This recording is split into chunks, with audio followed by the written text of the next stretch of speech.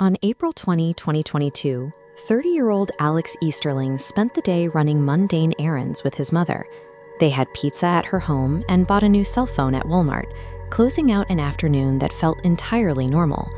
That evening, Alex asked for a ride to an acquaintance's house on Stockyard Road in Pickens.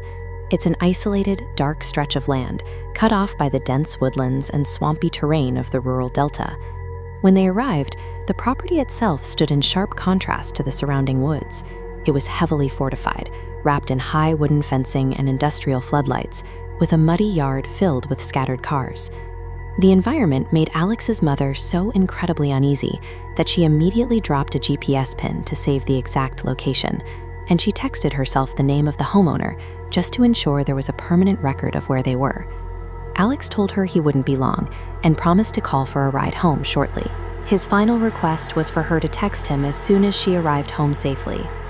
When Alex stepped out of the car at 8:15 p.m. and walked toward that house, he moved from a documented public space into a private, fortified landscape. It was the last time his family ever saw him. His mother sent the requested text at 9 p.m. She received no reply. By the next morning, the silence had become absolute. Every call went straight to voicemail, and every text remained unanswered. This was a total severance of contact, a disappearance that occurred despite a clear digital trail and a known human witness who watched him arrive. When someone vanishes in a vast wilderness, it is often a tragedy of scale. But within a small, fenced property, the silence suggests a different set of possibilities, one where the answers aren't lost in the distance, but are contained within the site itself. Cell phone data provides an objective timeline that the human witnesses couldn't account for. Alex's phone remained at the property from 8:15 until 9:27 p.m. At that moment, it moved up the road toward a large farm gate, sitting there until the battery died or the device was turned off at 3:21 a.m. Investigators also discovered gaps in the homeowner's surveillance footage. Video was missing between 8:26 and 8:54 p.m., and again from 9:03 to 9:54 p.m., a window that perfectly overlaps with the time Alex's phone began moving away from the house.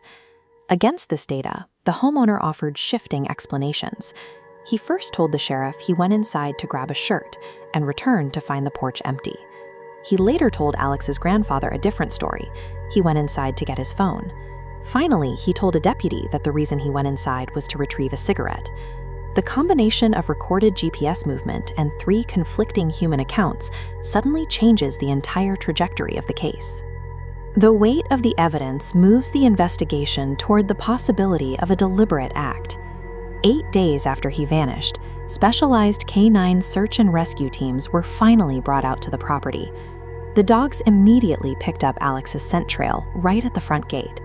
The teams followed the scent directly to the front porch, confirming that Alex had indeed been where the witness claimed. But the trail didn't end there. The dogs pulled aggressively away from the porch, tracking a strong human scent toward the restricted, fenced-in backyard. The K9 scent trail provided a direct physical challenge to the homeowner's narrative. It demonstrated that Alex did not simply walk away from the porch toward the street. As the dogs attempted to lead searchers into the back of the property, the homeowner's demeanor shifted. He became irate.